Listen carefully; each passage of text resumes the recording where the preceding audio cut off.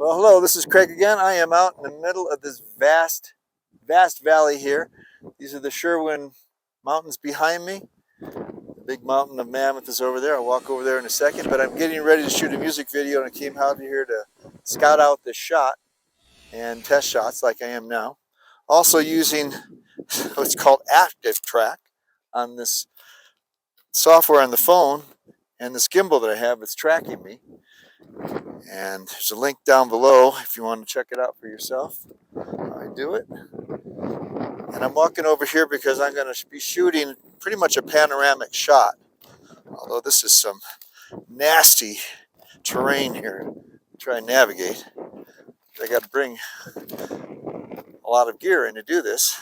So this will be one shot here. And then the whole thing is, I can only go on 180 on this shot. So I'm actually going to come through and go back this way. See, keep following me, and it looks like it is. Good. And then shooting over, if I find a place to walk. There we go. Shooting over here, as far as about this way, so you can see what's behind me here. So this will be the shot, and then this way over there, same thing. Really just wide open, and that's what I was looking for. Someplace just a lot of space. There's a lot of wind up here, but I'm here in later afternoon right now, around 5 o'clock. So the sun's still pretty high because this is 24th of June, so it is definitely summer and long days now. So this is where the shot's going to be. I'm going to be setting up the keyboard right below where the camera is, and now I'm going to do some flying shots because I'm going to do some aerial photography at the same time. It's going to be a kind of a coordinated thing I'm going to be doing here. So lots of stuff to prep. But anyway, Craig testing out this equipment, and also getting ready to do a music video here in this nice valley here in the Mammoth Lakes area. So I'm setting up the drone for the flight here. Some of it taken apart already. Bug just flew in my eye. So this is going to be a new setup using some of this equipment. Get this guy going here. A lot of times if I kind of want to get going, I start these things up before they're even open. The wings are out and stuff. And because if you want to go quickly, this can take up to a minute or so for it to see. And then the same thing on the controller. I've got these guys to put in here first. The second one here. And I figured out kind of how many turns you have to do in this, especially when you're taking them off so you don't drop them and lose them. I take this rubber band off here and this one here. Deluxe setup. And I already have a lav microphone mounted on this, but because I have this mic running already, I'm actually going to be curious how this is going to switch over. So I'm going to start this up, and I have a second receiver that goes into the drone, and I'm not sure how it's going to work with these systems, if they'll be independent or not, which would be wonderful, which they might be. So I'm going to find out in real time. It's the only thing I don't like about this latch. It never wants to stay open as you're hanging it upside down. I still can't get it open. There. Jeez. Man! Okay. All that for that. And it goes in a certain way so that you can see the light when you push the on button here. Let's see what happens. And it looks like it's connected. So now I'm going to do a test recording, see if it's working independently, which would be fantastic if it was. And testing this right now. So the microphone is live, tapping on it and seeing if it works. Swipe that down again. Turn it off. Listen. It does. It works. They work independently. That's fantastic. All right, great news. So now when I fly, I record my screen. Actually, I'm going to turn it on now. There we go. So I'm screen recording on the drone receiver itself, whatever this is seeing, and whatever I am saying will be picked up on this, along with this video if I kept the video running the whole time. But maybe I'll try and launch this and capture this part on video as well. Alright. Always check out the props, make sure everything looks good. Nothing too wacky on it. I have lights on the front and rear. Also have this Colley here. This is a sun guard. It kind of goes over the lens to block it from the sun, especially like this. The only thing I found with this is that if the wind hits it, you see it, the camera hits the top. You can see the top lid on it. So that's not ideal if you don't want to have your shot ruined by that. But it does block a lot of sunlight glare coming in. So I turn on the front light for green, backlight for red. It helps me see it. Even in the daytime, it's still hard to see. So here we go. I'll launch this baby. Launch it into the wind because it might help. This is the part I never enjoy. That's why.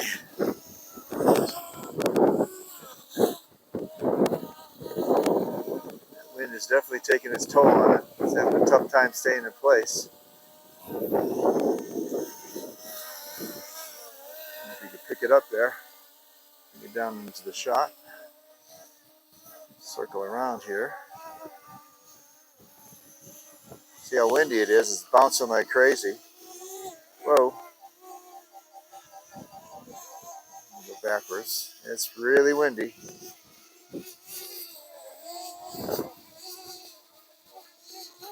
Into the shot. There we go. So the idea with this thing is to try and keep it in one place as much as possible. But obviously that is not really reality today. So I'm going to go up and fly.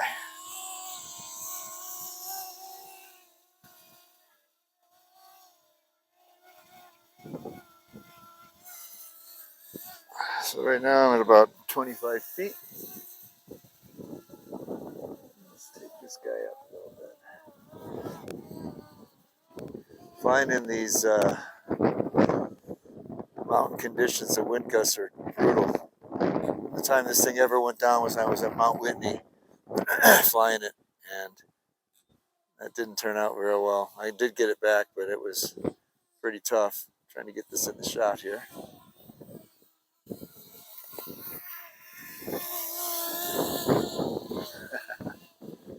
Now, if I'm going to go any kind of distance at all, I'm going to go into the wind. And why I do that is because I want to get it back if I go too far. So right now I'm about 150 feet away, 75 feet. And I can clearly see the red light, which helps a lot, especially in these kind of conditions. If I just let it go, I bet it would eventually just push back.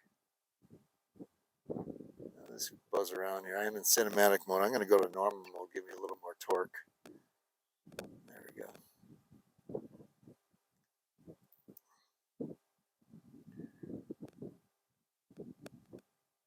And the green light flashing definitely helps me navigate it. Bring it down in the shot here.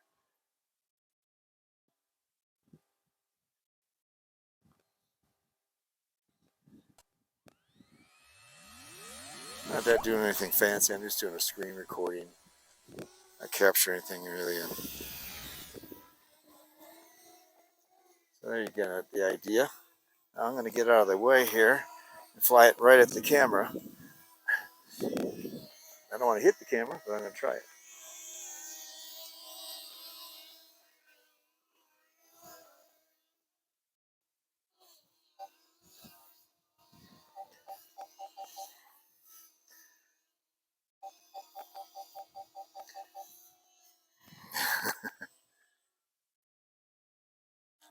So one of the ideas of this shot is going to be doing what's called a hyperlapse, where I set a point for this thing to circle around. I haven't done it in a while, so I am going to find the setting and come back and start this video again once I get it set up. I was trying to set up the hyperlapse and this thing just took off sideways. Actually had a hard time coming back. So doing this right now is probably not going to work. It's too windy to practice with this.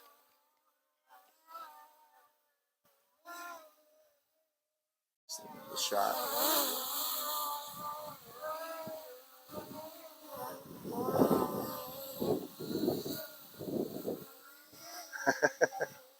It'll be a crazy landing here. The wind's whipping all over and I don't want to cut my hand again. All right.